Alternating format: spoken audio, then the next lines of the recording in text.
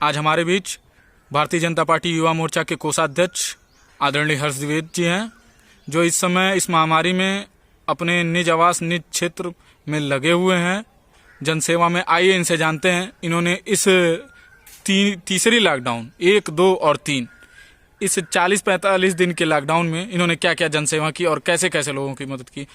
हर्ष द्विवेदी जी, आप अपने से बताएं। जी देखिए, लॉकडाउन लगने के पहली तिथि से हमने यह निश्चय किया कि हमारे क्षेत्र में कोई भी व्यक्ति भूखमरी का शिकार नहीं होगा। आज हम इस लक्ष्य में सफल हुए। यह बताते हुए मुझे अत्यंत हर्ष हो रहा है कि आज इस तिथि तक हम इस लक्ष्य में सफल हुए हैं। हमारे युवा साथियों के सहयोग से हमने और क्षेत्रीय लोगों के सहयोग से पूरे क्षेत्र में दिहाड़ी श्रमिक जो कि भोजन का प्रबंध नहीं कर पा रहे थे, उनके लिए अपने सामर्थ्य अनुसार भोजन का प्रबंध करवाया। यह मुझे बताते हुए बेहद खुशी हो रही है कि आज की तिथि में मेरे पूरे क्षेत्र में कोई भी व्यक्ति भूखमरी का शिकार नहीं हो रहा है और नहीं हुआ है। आगे भी इस तरह की योजनाएं मैं लगातार चलाता रहूँगा, जिससे लॉकडाउन के दौरान किसी भी व्यक्ति को, किसी भी परिवार को इस प्रकार की कोई समस्या न आवे। मेरे व्यक्तिगत स्तर पे मेरे सामर्थ्य के अनुसार जितनी क्षमता है मेरी, उतना मैं जनसेवा में अपने आप को समर्पित कर दूंगा। दूसरी बात, जो आज हमारे लिए अपने आप को संलग्न कर दिए हैं, समर्पित कर दिए हैं, अपने स्वजनों से दूर हो गए हैं और हमारे लिए लड़ रहे हैं इस जंग में, हमारे पुलिस, डॉक्टर बंधु, पत्रकार बंधु, इन सभी को सम्मानित करने का भी अवसर हमें मिला और हमने इन लोगों का सम्मान किया। आगे भी हम उनकी सम्मान करते रहेंगे। क्या बताएंगे कि पुलिसिया कार्रवाई है, ये किस प्रकार की से आपकी क्षेत्र की जो पुलिस कार्रवाई है इस लॉकडाउन में किस प्रकार से मदद कर रही है आप लोगों की? निश्चित तौर पे बताएं, आपको बताते हुए मुझे खुशी भी हो रही है कि लॉकडाउन का सख्ती से पालन कराया जा रहा है। जिस तरीके से थोड़े से कुछ लोग हैं जो मन बढ़ई करते हुए सड़कों पर निकल रहे थे, हमारे पुलिस बंधुओं ने उन्हें घर के अंदर रहने का पूरा पाठ पढ़ाया है कि आपको घर के अंदर रह के यह जंग लड़ना होगा।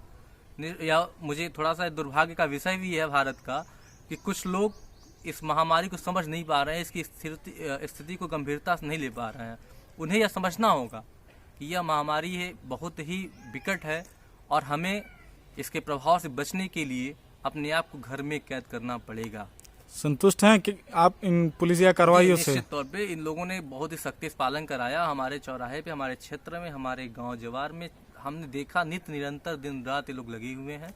और यही नहीं, डॉक्टर बंधु भी अपने स्तर से सेवा कर रहे हैं। पत्रकार बंधुओं को मैं निश्चित तौर पे देख रहा हूँ लगातार, और हमारे भी कार्यों को लेकर के, अन्य लोगों के कार्यों को लेकर के लगातार प्रकाशित कर रहे हैं खबरों को, जिससे जागरूकता बढ़े। सूचना के आदान प्रदान का उत्तम साधन और माध्यम पत्रकार माने जाते हैं। इस आपदा के काल में जहां हम सभी लोग घर पे बैठ करके अपने आप को सुरक्षित कर रहे हैं, वहां पत्रकार बंधु, बैंक कर्मी, ये सभी लोग लगे हुए हैं, सुरक्षा कर्मी, सफाई कर्मी, ये नित्य निरंतर लगे हुए इस जंग में, और इन लोगों के सक्रिय सहभागिता से हम जंग जीतेंगे। आपने राशन पानी के अलावा और भी किसी चीज की व्यवस्था की है? जी, हम लोगों ने, हमारे युवा साथी और गोरखपुर विश्वविद्यालय के छात्र नेता गौरव वर्मा जी और हम सभी लोगों ने अपने सहयोग से लाइफ बॉय साबुन बांट करके पूरे क्षेत्र में जन जागरूकता अभियान चलाया पहले लॉकडाउन में, जिसमें लोगों को बताया गया कि हाथ धोने का क्या तरीका है, किस प्रकार से हाथ धोना है। सारी चीज़ों को हमने उन्हें बताया और समझाया। उसके बाद उनकी समस्याओं को हमने सूचीबद्ध किया कि समस्याएं क्या हैं उनकी, जिसमें किसी की राशन कार्ड की समस्या थी, किसी की पेंशन की समस्या थी। हमने अपने उच्च अधिकारियों से बात करके उनकी उस समस्याओं को हल कराया। आज के डेट में मुझे बताते हुए अत्यंत हर्ष हो रहा है कि लगभग जो हमारे क्षेत्र में गांव हैं, वहाँ प्रत्येक परिवार को राशन मिल रहा है।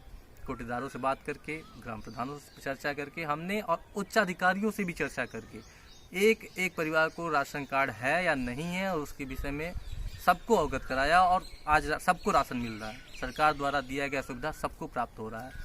दूसरा चीज़, हमने देखा कि राशन सरकार दे रही है, परंतु आलू, प्याज, मिर्चा, ये सामग्रियाँ उनके पास नहीं है। इसलिए हमने अपने व्यक्तिगत स्तर पर इन चीज़ों को शुरू कराया।